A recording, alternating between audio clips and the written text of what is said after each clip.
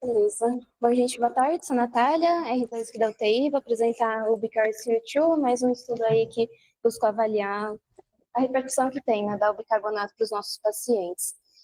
Bom, e para saber a repercussão que tem, primeiramente a gente tem que entender por que a gente dá BIC. E mais do que entender por que dá BIC, acho que eu volto um passo atrás e tento relembrar o motivo que faz a gente dar várias coisas na UTI, né? Que a gente quer aumentar a nossa DO2. Nosso objetivo aumentando a DO2 é que a gente sabe que a nível celular, o oxigênio é o receptor final dos elétrons que vai permitir a regeneração do ATP. A hora que o meu oxigênio não está disponível, que essa cadeia não funciona, eu acumulo NADH, o NADH acaba sendo metabolizado por outra via que forma lactato e que não consegue incorporar também os outros íons H+, que são produzidos na respiração. Então, se eu tenho mais lactato e eu tenho mais lactato, eu tenho menos incorporação de H+, eu tenho mais H+, na célula, eu tenho acidoses e acidoses muito graves. E essa acidose, ela realimenta a minha dificuldade de fornecer uma DO2 adequada. Então, ela tem impacto cardíaco, ela reduz a contratilidade cardíaca, faz uma vasodilatação periférica, pode fazer disfunção diafragmática, reduzir fluxo renal, desloca a curva da dissociação do oxigênio da hemoglobina para a direita, fazendo com que seja mais fácil perder esse oxigênio, mas também mais difícil da hemoglobina conseguir incorporar esse oxigênio. Pode dar também edema cerebral. Então, a gente sabe que, a gente quer dar DO2, a acidose ela vai prejudicar eu conseguir dar o meu DO2. Será que tem algo a mais que eu consiga intervir, pelo menos nessa parte da acidose, para tirar esse componente que está atrapalhando o meu DO2? Porque muitas vezes não vai ser só nem a oferta que está prejudicada, mas o consumo está muito alto, o paciente está hipercatabólico, e às vezes mesmo tendo um DO2 adequado, meu consumo mais alto não vai permitir reverter essa acidose sozinho, e às vezes nem a minha mitocôndria vai funcionar adequadamente para isso. Bom, e qual que é o racional então? A gente sabe que o meu BIC ele reage com o meu H+, para formar CO2 e água, uma reação bidirecional, e que a partir daí a gente pode pensar em pelo menos 3 tipos de acidose, né? A acidose respiratória, pelo excesso de CO2, por perda de BIC, e uma metabólica por outros ácidos, que acaba sendo a mais comum na UTI. Se eu tenho muito CO2, a minha reação já está mais deslocada para cá, para formar BIC. Eu dar mais BIC não vai ajudar eu a limpar meu CO2, a melhorar a minha acidose. Pelo contrário, pode até piorar, né, formando mais CO2. Então, minha acidose respiratória, eu preciso aumentar meu volume minuto, eu preciso tirar o meu CO2, não adianta dar BIC. Na minha acidose por perda de BIC, se eu realmente perdi uma coisa e eu vou dar ela, faz mais sentido. É a região que a gente consegue dar BIC para tentar corrigir a acidose. E a grande dúvida acaba sendo a acidose metabólica, que é o mais comum na UTI. A hora que eu tenho muitos ácidos, será que eu aumentando o meu tampão eu consigo melhorar esse pH, consigo melhorar a minha acidose ou não? E por muito tempo, até 2018, a gente teve pouca resposta sobre isso. O que a gente tinha era muito estudo observacional, que mostrava que os pacientes que não sobreviviam à UTI, eles tendiam realmente a ter um pH mais baixo, bicarbonato mais baixo, lactato mais alto, GAP mais alto também, e que eles tinham uma predição aí, uma área sobre a curva moderada para predizer mortalidade quando você tinha uma acidose metabólica. Mas tudo isso era uma relação observacional, a gente não conseguia fazer algo causal, e o primeiro estudo que buscou responder isso de forma mais específica como RCT foi o BICAR-CO1, né, de 2018, que ele buscou ver, será que eu der bicarbonato para esses pacientes com acidose metabólica, eu consigo mudar a mortalidade em D28 ou disfunção orgânica no meu D7? Daí eles pegaram pacientes que estavam na UTI em menos de 48 horas, que tinham uma acidose que não era respiratória, um CO2 baixo, e algum fator aí de gravidade, um sulfa maior, um lactato um pouquinho maior. Excluíram aquilo que a gente já sabe que funciona e não funciona, então excluíram a acidose respiratória que não funciona, a acidose por perdas maior que 1 litro por dia, perdas de bicarbonato. Excluíram DRC estadio 4, o uso de BIC em menos de 24 horas que poderiam confundir, e cetoacidose. Na intervenção, eles davam BIC 4,2%, de 125 a 250 ml, até no máximo 1 litro por dia. Foi uma população aí bem característica de UTI, metade deles tinha uma disfunção renal, metade era admissão clínica, metade cirúrgica, e que tinha uma representação de choque, principalmente de choque séptico, seguido pelo choque hemorrágico. pH por volta de 7,15 e um BIC por volta de 13, que recebeu nesse estudo uma média de 250 milimol de BIC. Bom, das desfechos que ele viu, Realmente, a mortalidade ou a disfunção orgânica no BCARS1 não teve diferença quando você olha a população geral, nem quando você olha o desfecho composto, nem quando você olha os componentes dele, a mortalidade e a disfunção orgânica. Só que a hora que a gente pega os pacientes que já tinham uma disfunção renal, digo 2 ou 3, a gente vê que tinha uma significância do desfecho composto, da menor mortalidade e de menor falência orgânica em D7, quando a gente pegava esse subgrupo de pacientes. Pensando que a gente está pegando um subgrupo que tem disfunção renal, talvez o BIC interfira mais nesses desfechos relacionados ao rim. Também tivemos outros desfechos secundários que foram avaliados nesse primeiro estudo, que foi, então, que o grupo que usou BIC, ele precisou de menos terapia de substituição renal, demorou mais para ser indicada essa terapia, e teve mais dias livres de necessidade da terapia de disfunção renal. Sendo que quando a gente olha os pacientes que já tinham iracadigo 2 ou 3, também tiveram menor dependência da diálise na alta da UTI. Então, parecia um estudo que focava em coisas boas para pacientes que tinham alguma disfunção renal. Aqui a curva que separou bastante em relação à necessidade de terapia de substituição renal. E se a gente tem desfechos que parecem positivos para esse grupo, para esse subgrupo de pacientes que tem alguma disfunção renal, será que se a gente só pegar eles, a gente consegue mudar algum desses desfechos como desfecho primário? E essa foi a ideia do BICARS-U2. Então, se a gente pega bicarbonato nos pacientes só com iracadigo 2 ou 3, será que eu consigo reduzir mortalidade por todas as causas agora em D90, ao invés do D28 que foi avaliado inicialmente? Então, essa é a proposta, o objetivo inicial desse estudo. De metodologia dele. Foi um RCT multicêntrico, mas uninacional, só com UTIs francesas, 43 UTIs francesas, iniciado aí um pouquinho depois da publicação do primeiro, 2019 e 2023.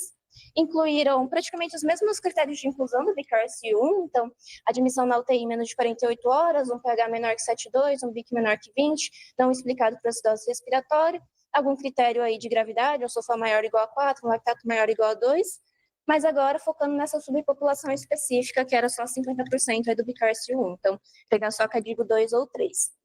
E excluíram também, bem parecido com o BICARS-1, excluíram pacientes que tinham acidose por perda de trato gastrointestinal, trato geniturinário, principalmente maior que 1 litro por dia, que tinha uma acidose explicada pelo respiratório, aqui uma DRC estadio 5 ao invés do estadio 4, ou que já tinham planejamento de terapia de substituição renal já em menos de 24 horas ou em menos de 6 horas planejado. Excluíram uma variedade de coisas aí diferentes, então cetoacidose, intoxicação por ácido, gestante, puérpera, carcerário, paliativos e tudo mais. De randomização, a partir do momento que eles têm esses pacientes, eles estratificaram pelo pH, maior ou menor que 7,1, e pela idade, maior ou menor que 65 anos para cada centro. Randomizaram para não receber nada, nem placebo, ou para receber, então, o BIC 4,2, 125 ou 250 ml, 30 minutos. Depois dessa primeira dose, colher mais uma gaso, 1 a 4 horas depois, e repetir se precisar, que o alvo seria ter um pH maior ou igual a 7,3, mas com o máximo de administração de BIC de 1 litro por dia. Esse esquema ele era mantido até D28 ou até a alta da UTI. Como a gente está lidando com pacientes com disfunção renal, eles poderiam ter necessidade de diálise, como isso era um dos desfechos que vai ser avaliado, eles também estabeleceram o que eles indicavam para fazer diálise. Então, uma indicação imediata seria um potássio maior que 6,5 com alteração eletrocardiográfica, ou um edema agudo de pulmão fluoxanúrico, e tivesse sinais somente de gravidade, um PF menor que 200, uma FI mais alto, uma PIP mais alta.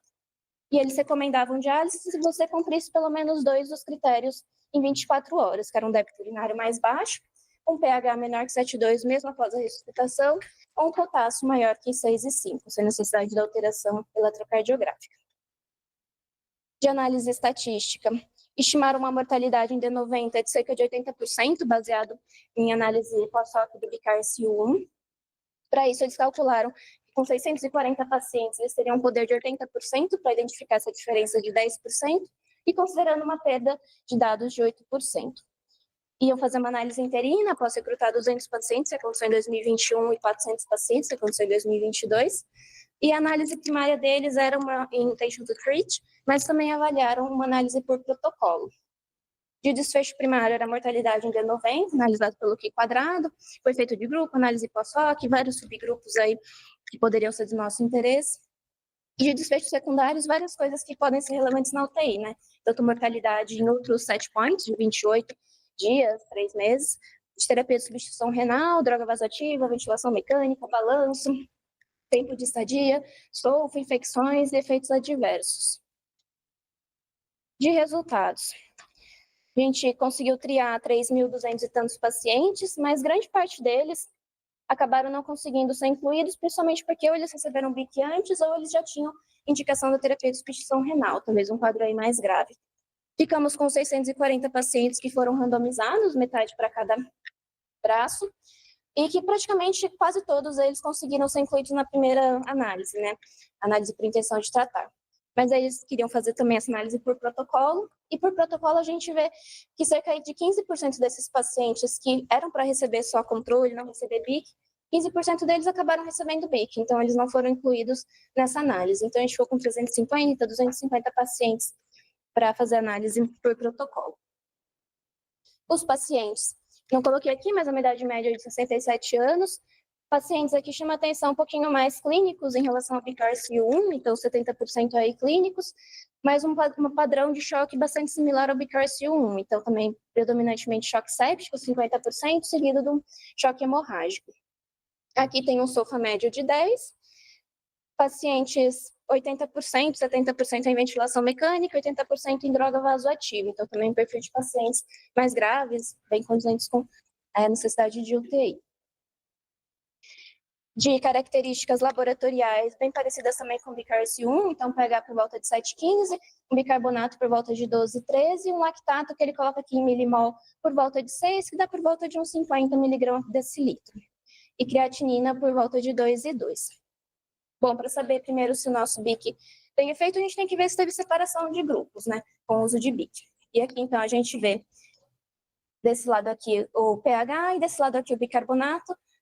Já no início, antes do início do tratamento, a gente tem um pH 7,15 bastante similar entre os dois grupos e um BIC 12,13 bastante similar entre os dois grupos.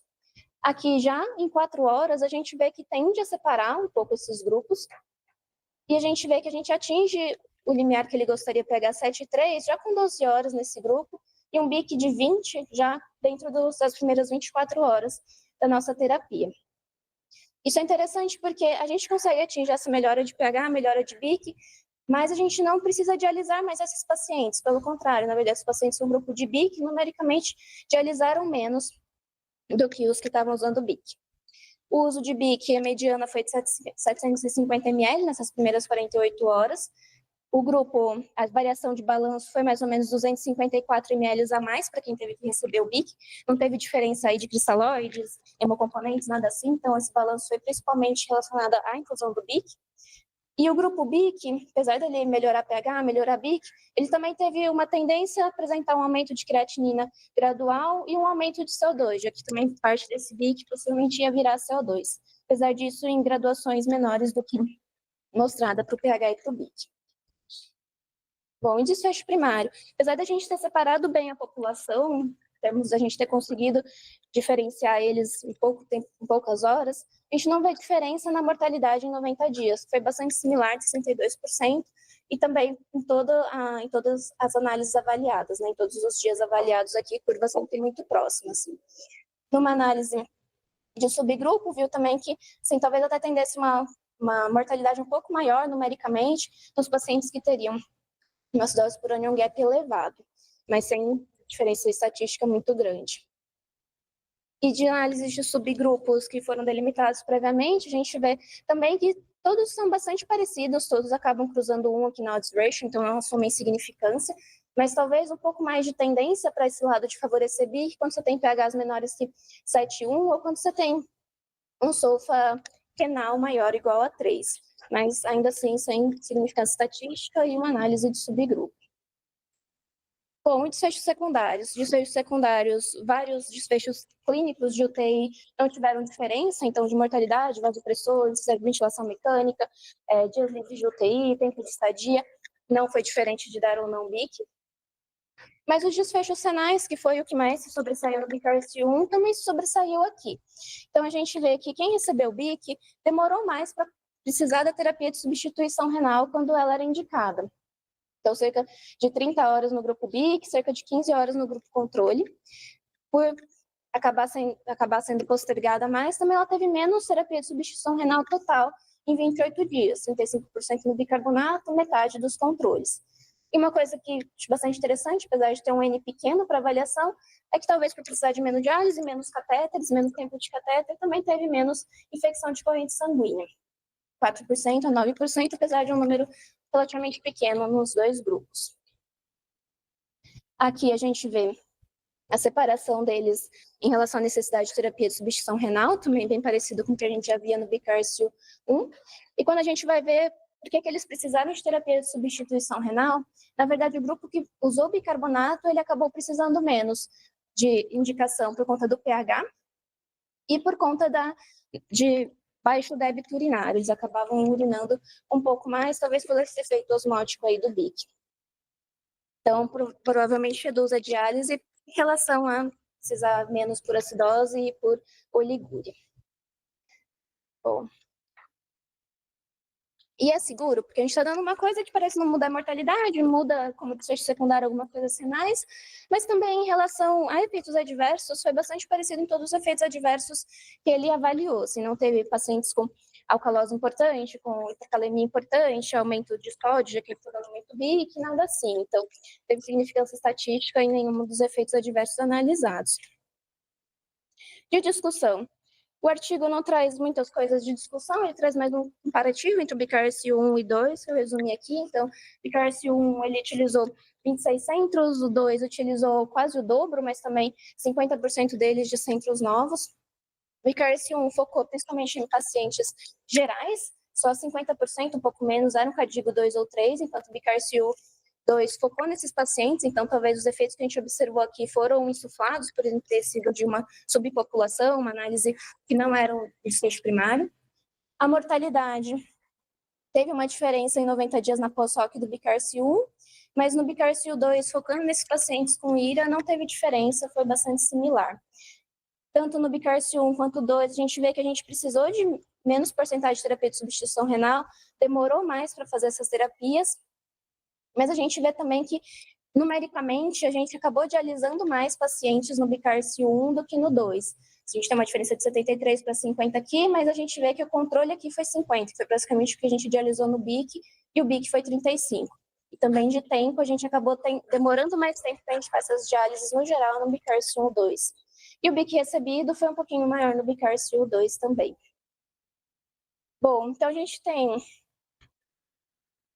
benefícios do BIC como desfechos secundários, a gente sabe, parece que ele reduz a necessidade de terapia de substituição renal em D28, principalmente talvez pelos subgrupos de necessidade por acidose ou por oligúria. Demora mais para começar a terapia de substituição renal, talvez por isso fique menos tempo com catéter, talvez por isso tenha menos infecção de corrente sanguínea.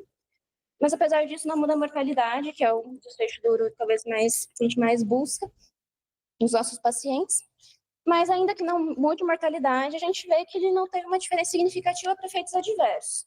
Talvez o que a gente tivesse que tomar um pouco mais de cuidado é que a gente sabe que dando BIC os pacientes tenderam a positivar quase 1.000 ml a mais de balanço hídrico, então se a gente está com pacientes muito hipervolêmicos, talvez seja um cuidado adicional, apesar de não ser uma população super representada e avaliada nesse estudo. E parece ter uma tendência de um aumento discreto do PCO2. Talvez se a gente já tem um paciente que está difícil de conseguir volume minuto, de lavar esse CO2, seja um que a gente precise tomar cuidado também. Em resumo, a gente tem coisas que podem falar para a gente prescrever ou não BIC, a gente tem evidência que a gente pode usar como a gente quiser. E é isso, obrigada.